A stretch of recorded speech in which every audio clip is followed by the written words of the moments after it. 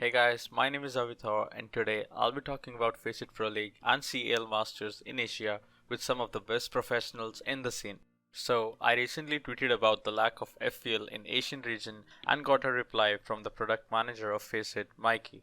He said, I personally worked with many players and community leaders in Asia to launch Asian Pro League back in 2018, but pro players from the region didn't play it at all. If FACEIT ever decides to go back in Asia with something like FPL, we'll definitely need to change the format quite a bit.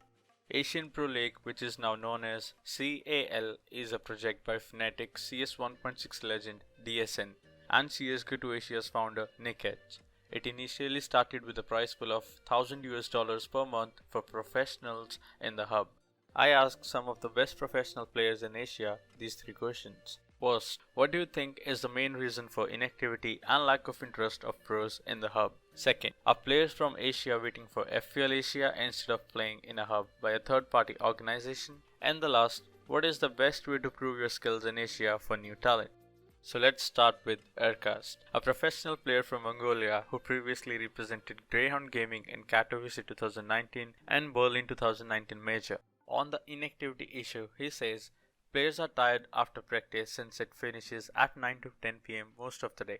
Also, I noticed that SCA players are not playing CAL that much and I think they prefer to play normal pugs over CAL Masters cause it is more fun, I guess. About FPL Asia, he says, I'm not sure about that to be honest. For me, there is no big difference since the players and the system is the same. Maybe prize pool might make a difference. On how to prove your skills in the region, he says, with FPL system, it would be good to get noticed within Asia, but otherwise, you have to prove yourself within your region, country, so you can get picked by good teams and start from there. Next we have erkaSt's current teammate ImpressioN, who is an IGL for team NG Esports. He thinks inactivity is due to a couple of issues. Firstly, we have server location that sometimes run into technical issues such as bad routing for players connecting in from various different countries. Also, language might be a barrier because games becomes quite boring for players if they don't even understand what's going on. There's also unfortunately a huge skill disparity between the professional players and the pug players within the hub itself. His opinion about FPL Asia is this.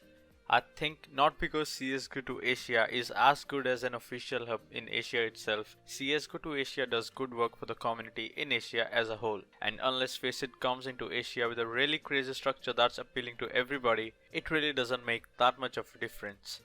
About getting recognized and prove your skills, he says, the best way to prove your skills at the end of the day is to find like-minded players that want to reach the same goal and is willing to set targets with you to achieve together as a team. If that's entirely impossible for you, the best way is to put in the efforts to playing perhaps CL Division 1. Players like Jamyoung and Child King basically came from 5EPL, so I don't see why CL can't do the same for some of the really fine young talents of our region.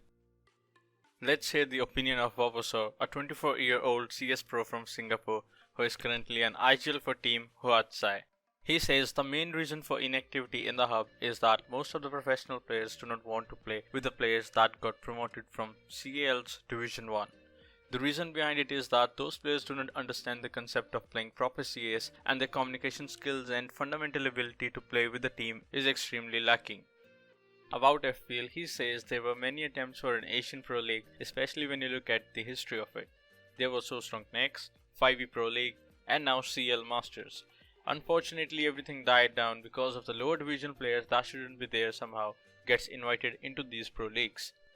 According to Bobosaur, the way for new talent to prove their skills in Asia is to participate in as many tournaments as possible. Also, new talent should also drop whatever shred of ego they have and continually try to look for ways to improve.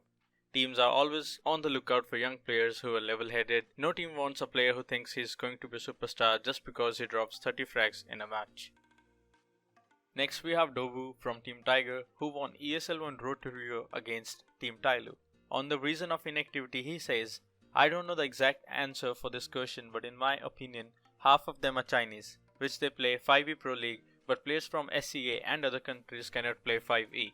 So it means Asian players are divided between 5e and FACEIT. About his opinion on FPL Asia he says, yeah, we're definitely waiting for FPL because if FPL launches in Asia, there will be only one platform to perform and we all gonna play FPL because it's more official. About proving your skills in the region, he says, it's really hard to prove your skills in Asia for new talent because we don't have any organized hub. So the best way to show is to try to join a team and show your impact in the tournament. If there was FPL in this region, it will be much easier to show your talent and potential. Last but not the least, we have RoLEX, 20-year-old CS professional from Thailand who represents Team Sigma. His opinion on the inactivity in hub is this. The Asian scene has been quite inactive lately because the current situation going on around the world and the sponsors are struggling to host tournaments and people moving on to Valorant since the game came out. This is what he thinks about FPL Asia. I would say professionals from Asia might be waiting for FPL Asia as it can get more attention because the prize pool would be a lot higher. And on how to prove your skills, he says, for me, showing what I can compete with the best players in Asia and keep grinding in CAL so you can show you have enough skills to be up there with the best players in Asia or SCA. Thank you guys for staying till the end. I really appreciate all these professionals for showing their interest in this topic. Kindly comment below what you think about FPL and CAL in Asia.